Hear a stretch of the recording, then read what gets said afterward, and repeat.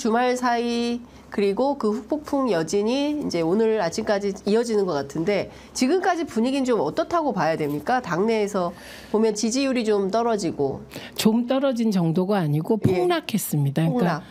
그러니까 이게 조금씩 다르긴 한데 자체조사 다르고 다른데 리얼미터하고 여론조사 꽃을 기준으로 지지율 하락 폭이 거의 6% 내지 8%잖아요. 그러니까 이 정도는 체포동의안 가결된 이후에 떨어진 정도이고 그다음에 체포동의안 가결됐을 때 지금 물어보니까 한 8,000명 정도가 탈당을 했었다고 합니다. 근데 지금 한 10,000명 정도가 의사를 밝히고 탈당하려고 하니까 이게 더 심각한 상황인 거죠. 그러니까 사실은 민주당은 위기적 상황입니다.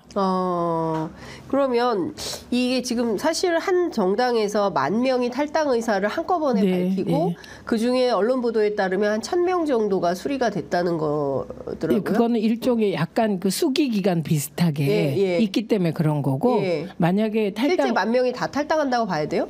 아니요. 그러니까 그거는 시간을 두고 본인이 처리할 수도 있는데 그러니까 사실은 의사를 밝힌 게 보통의 시스템 같은 10,000명이 탈당한 거죠. 그럼 이거는 진짜 큰 뉴스네요. 큰 뉴스일 뿐만 아니라 이게 민주당이기 때문에 심각한 거예요. 그러니까 저는 늘 국민의힘의 경우는 기득권 정당이잖아요. 뭐 재벌과 언론과 소위 우리 사회의 기득권 세력이 국민의힘을 뒷받침하고 있기 때문에 그쪽의 당원과 민주당의 당원은 의미가 다릅니다. 그렇죠. 민주당은 노무현 대통령 때부터 오직 시민과의 연대, 참여시민, 깨시민을 통해서만 이 진보 세력이 유지될 수밖에 없는 독특한 구조 우리나라에 그 구조 속에서 240만 당원이 사실은 민주당을 지탱하는 힘이고 그리고 우리나라의 민주주의를 뒷받침하는 마지막 보루이기 때문에 굉장히 심각한 상황입니다. 어쨌든 노무현 대통령 때부터 깨어있는 시민의 부부, 조직된 힘, 조직된 힘, 그 힘으로 지금 240만 당원이 있는데 그 중에서 10,000명 정도가 이렇게 흔들린다는 것은 당심, 당의 이게 제대로 관철이 안 된 선거다. 여기에 대한 비판, 불만, 뭐 화가 남, 분노 이런 걸로 지금 이런 사태가 벌어졌다 이렇게 볼 수 있을 텐데 핵심은 당원들의 자존감, 내 자존감이 침해받았다 이렇게 생각합니다.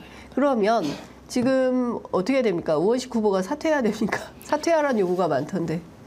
사퇴 요구를 하는 분도 있고 이제 그 민주당 당원 모임이 큰 모임들이 한 10개쯤 있습니다. 그 모임이 곧 대표들이 모여서 이 상황을 의논한다고 합니다. 그래요? 근데 그 우원식 후보에 대한 사퇴 당원 모임의 당원 모임의 대표성을 가진 분들이 가능한 많은 당원들이 모여서 이 상황을 논의한다고 오늘 메시지를 받았습니다. 그래서 저도 그 모임의 토론이나 이런 거를 이제 지켜보고 결과가 되게 중요하겠죠. 그런데 이제 우원식 후보를 사퇴하라는 분도 계시고 그것까지는 아니다라는 분도 계시기 때문에 이건 정말 그 당원들의 토의, 토론의 결과가 중요한 그런 상황입니다.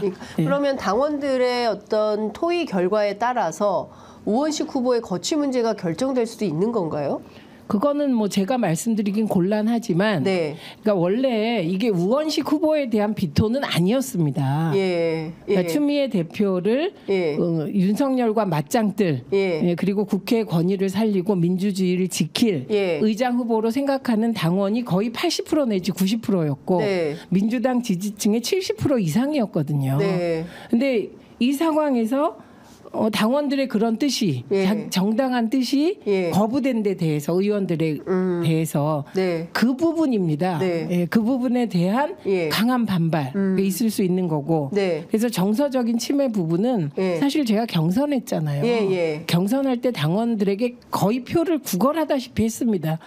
저도 한 표 주십시오. 막 이렇게 해놓고 막상 당원들이 이렇게 강력하게 의사표현을 했을 때 의원들이 거부하니까 그에 대한 반작용? 어떤 분은 내상이라고 표현을 하던데 그 내상을 입었다. 근데 이게 내상이라고 표현할 정도면 사실 굉장히 심각하게 받아들여야 되는 그런 상황이고 이후에 이 상황을 어떻게 해결할 것인가에 대해서는 다양한 의견들이 나오고 있습니다.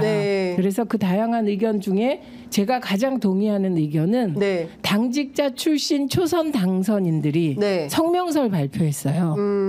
네. 그러니까 국회의장단 선거, 네. 원내대표 선거, 예. 시도당 위원장 선거, 예. 그다음에 당대표 선거, 최고위원 선거에서 예. 그러니까 예를 들면 최고위원이나 당대표 선거에서 민주당은 예. 중앙위원회에서 컷오프를 해요. 그렇죠. 이거 당원들에게 문호를 개방하자. 예. 이거는 국민의힘은 이미 그러고 있거든요. 그렇죠. 예. 그런데 이 부분이 주장이 나왔다가 당직자들에 의해서 그러니까 국회의원 21대 네. 국회의원들이 반대해서 못한 부분이에요.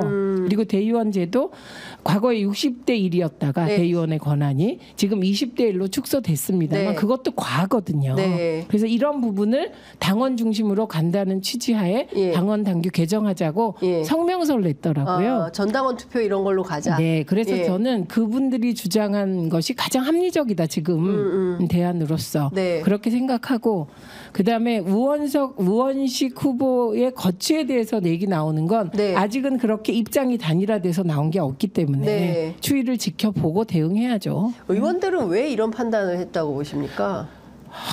공개적으로 얘기할 수 있는 부분도 있고 예. 공개적으로 얘기하기 어려운 부분도 있고 네. 그렇습니다. 공개적으로 얘기하기 어려운 부분은 예. 기명투표를 얘기하시잖아요. 예. 그래서 이 기명투표를 하지 않는 부분은 예. 그 근거가 지극히 사적인 것일 수 있기 때문이에요. 예. 예. 그래서 이 부분은 의원들의 개별적인 판단 그 부분에 대해서는 식은 분들의 얘기를 들어봐야 되겠죠. 그러니까 사실 이번 의장 선거는 추미애 대표냐 아니냐였지. 네. 사실은 우원식 후보는 나중에 등장한 인물이잖아요. 예, 사실 원래 이게 4파전이었고. 예, 4파전이었고 예. 1대1 구도가 되리라고 생각도 못했던 예, 거고. 근데 갑자기 조정식 후보하고는 단일화하고 정성호 후보가 사퇴하면서 우원식 후보가 카운터파트가 된 거지. 거죠. 애초에 그런 구도가 아니었습니다. 그렇죠. 그래서 추미애 대표냐 아니냐인데 예. 추미애 대표가 아니라고 생각한 분들은 직접 의사를 밝혀야죠. 예. 저는 아니기 때문에 그 의사를 대변할 수는 없는 거죠. 예, 제가. 예. 그렇지만 이제 의원들이 왜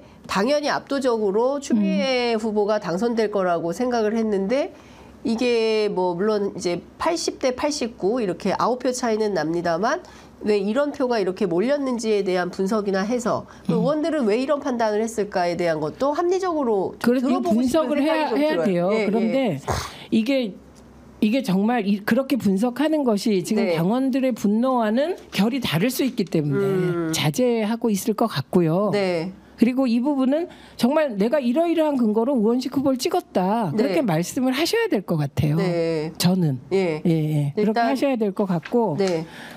제 경우는 그 당원들이 강하게 주장한 그 근거가 딱 하나였어요. 네. 그러니까 제가 보기에는 네. 문재인 정권에서 네.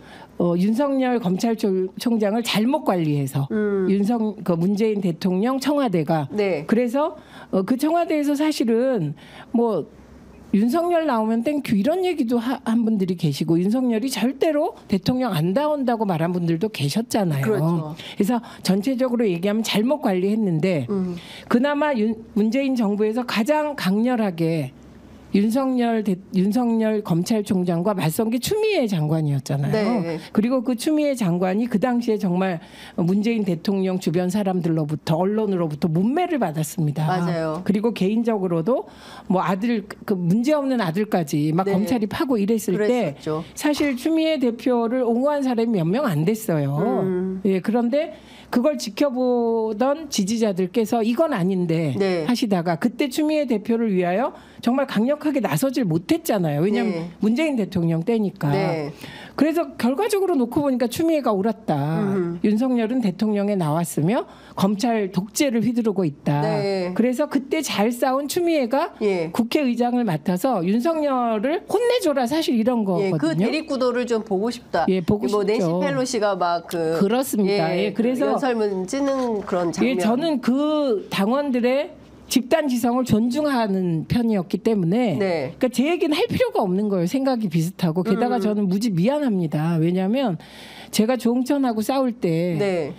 그 말하자면 남양주 갑 지역에 활동하던 당원들 중에 저를 도운 분은 10분의 1밖에 안 돼요. 그래요?